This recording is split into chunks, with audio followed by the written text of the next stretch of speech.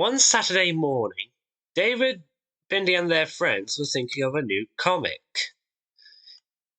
The comic competition results were going to be on Monday that week.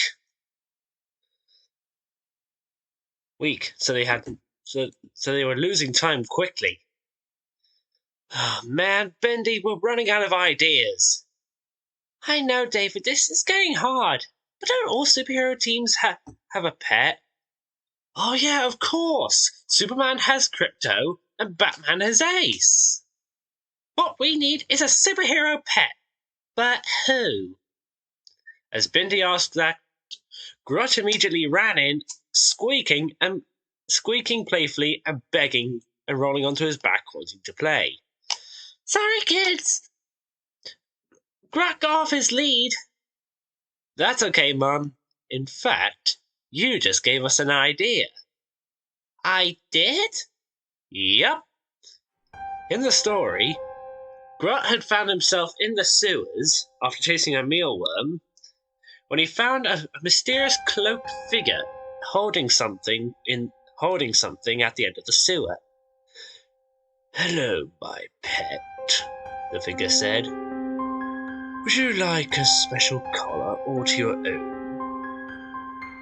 He said. Grutt began to squeak excitedly. Then here is one. I call it the Kaiju trix. As the figure secured the collar to Grutt's neck, Grutt immediately heard the sound of Melissa and ran away. Good luck having to deal with a kaiju on the loose, unlimited heroes.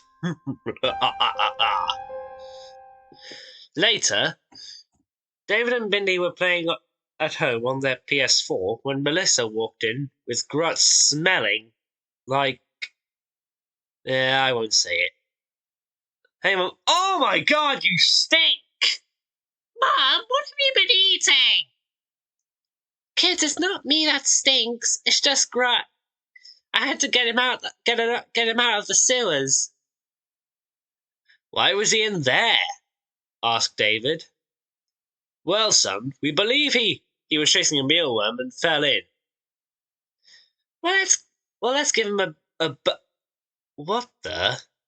As David wiped off some of the sewer slime, David suddenly saw an odd collar around Grutt's neck. What's this? Looks like your watches, commented Melissa. Zoe, who by then was 3 months old, feeling curious, pressed on the collar, and then all of a sudden, Grutt transformed into a Grutt-sized Godzilla. Oh my God! A kaiju for a pet? Awesome! I don't know how awesome it is, David. Godzilla is a pretty powerful creature. Is there a way to make him bigger, perhaps? Let me look. There's usually an option. David pressed on the collar tag, and it said in an electronic voice, Are you sure you want to enable kaiju size? Let's take him outside so we can do that, suggested Bindi. Good idea. When they took Grutt outside, David pressed the tag, and Grutt immediately grew to the normal Godzilla size. Now he was enormous. Uh-oh. I think this is not going to be a good idea, said David. And he was right. Grutt soon saw a school bus pass and mistaked it for a mealworm, and he began chasing it. Uh-oh, this will be chaos! Normal Grutt is already chaotic when he mucks about, but a Godzilla-sized Grutt? Oh, this will be utterly destruction! David and Bindi, we need the unlimited heroes. Don't worry, Mum. Me, Bindi, Diego, Rosie, and Lana will stop him. As David ran down to the superhero base, he contacted Rosie, Diego, and Lana via the computer. Spider Skunk, Diego Steel, Batcat, we need your help. Grutt has been transformed into Godzilla and is now rampaging through town. And no, I have no, I'm not crazy. Well, David, we'll be there as soon as we can. We'll follow you in the sky. And I'll follow behind you in the Batmobile. Copy that. Roger that. As David and Bindi got their superhero suits on and got into David's brand new car, the Dynamobile, which happened to be an old scrap car that Octokai and Melissa repaired for David and Bindi's superhero work. Good luck, kids, said Octokai. Thanks, Dad. As they drove out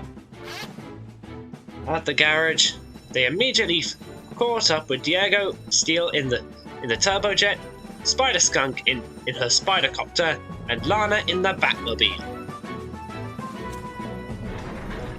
Later, they did find Grutt and was stomping through Main Street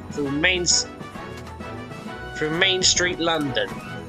Uh-oh, this is going to be one tough cookie to bring down, said Spider Skunk. I'll try to web him up. I don't think webs will work this time. Don't worry, I got just the dinosaur. As David slammed on the Dinotrix, he transformed into a Brachiosaurus. Way big! But his Brachiosaurus form only reached up to Godzill's stomach. Perhaps I have something better. As David fiddled with the Dinotrix, it suddenly sparked and David transformed into an even bigger sauropod. Ultimate way big! Awesome! An ultimate dinosaur! Alright, Grutt, feast on some of your own size! And the two massive brutes had a big battle. Eventually, David managed to pin Grutt to the ground, and pressing down on the collar, Diego Steele and Spider Skunk reverted Grutt back to normal. Do you think he could join our superhero team? Suggested Lana.